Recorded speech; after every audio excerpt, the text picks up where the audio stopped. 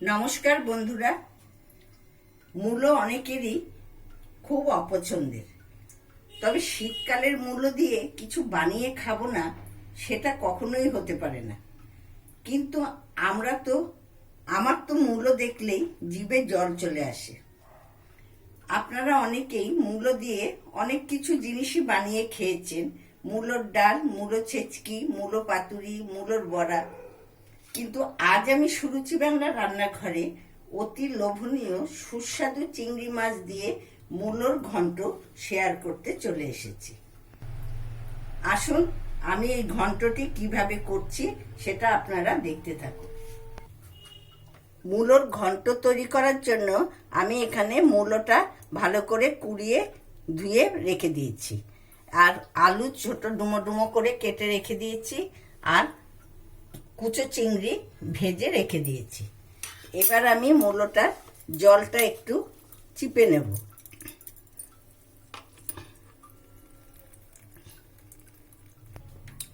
মূলোটা চিপে এই জলটা বেরিয়েছে, কিন্তু এই জলটা আমি ফেলবো না, এই জলটা পরে আমি কাজে লাগাবো।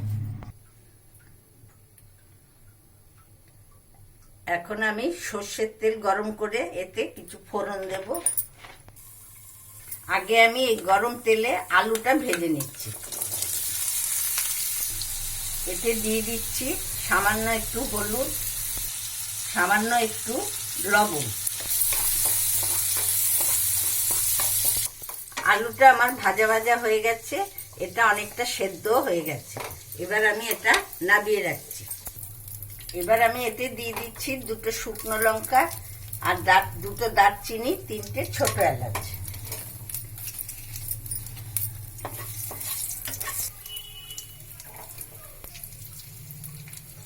দুটো তেজপাতা আর সামান্য পাঁচফোড়ন। এগুলো আমার ভাজা ভাজা হয়ে গেছে। এবার আমি এই মূলোটা এতে একটু ভেজে নেব। এতে এবার দিয়ে দিচ্ছি হলুদ, হাফ চামচ শুকনো লঙ্কার গুঁড়ো, ঝালটা আপনারা বুঝে দেবেন, আর দিচ্ছি 1 চামচ আদা বাটা,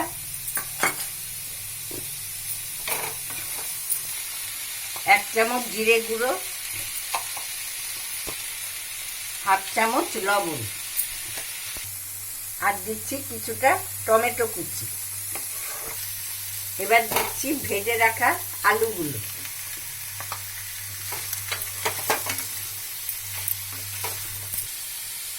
এটা আমার অনেকটাই ভাজা ভাজা হয়ে এসছে। এবার আমি এতে 2 চামচ নারকেল গুঁড়ো দিচ্ছি। নারকেল যদি কারোর হজমের গন্ডগোল হয় তাহলে নারকেলটা নাও দিতে পারে। এবার দিয়ে দিচ্ছি যে কুচো চিংড়ি আমি ভাজা ভাজা করে রেখেছিলাম, সেই চিংড়িটা আমি দিয়ে দিচ্ছি।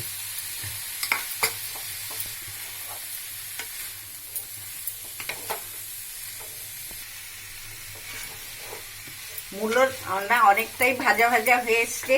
এবার আমি যে মূলোটা চিপে জলটা রেখেছিলাম, সেই জলটা আমি এবারে এতে দিয়ে দিচ্ছি।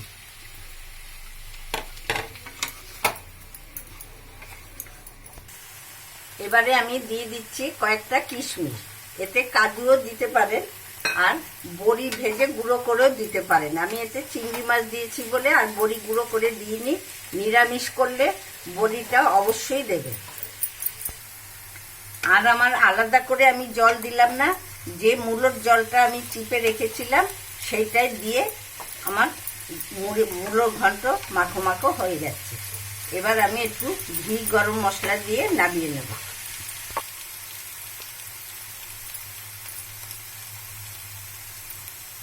দেড় চামচ ঘি দিলাম, আর দিচ্ছি 1 চামচ গরম মশলার গুঁড়ো।